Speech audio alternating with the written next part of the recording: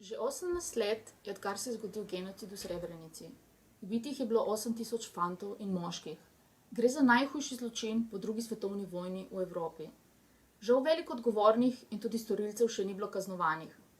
Takšna nekaznovanost je značilna tudi za ostale zločine, ki so se dogajali med vojno v Bosni in Hercegovini. Gre za poboje, mučenje, posilstva. Veliko ceno so nosile tudi ženske.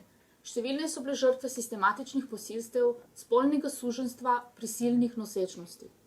Njihove rane ostajajo nezaceljene tudi zato, ker veliko storilcev teh krutih dejanj ostaja nekaznovanih.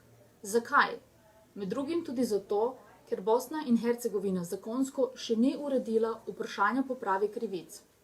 Zaradi tega še vedno okoli 200 000 vojnih žrtev čaka, da jim oblasti omogočijo dostojanstveno življenje.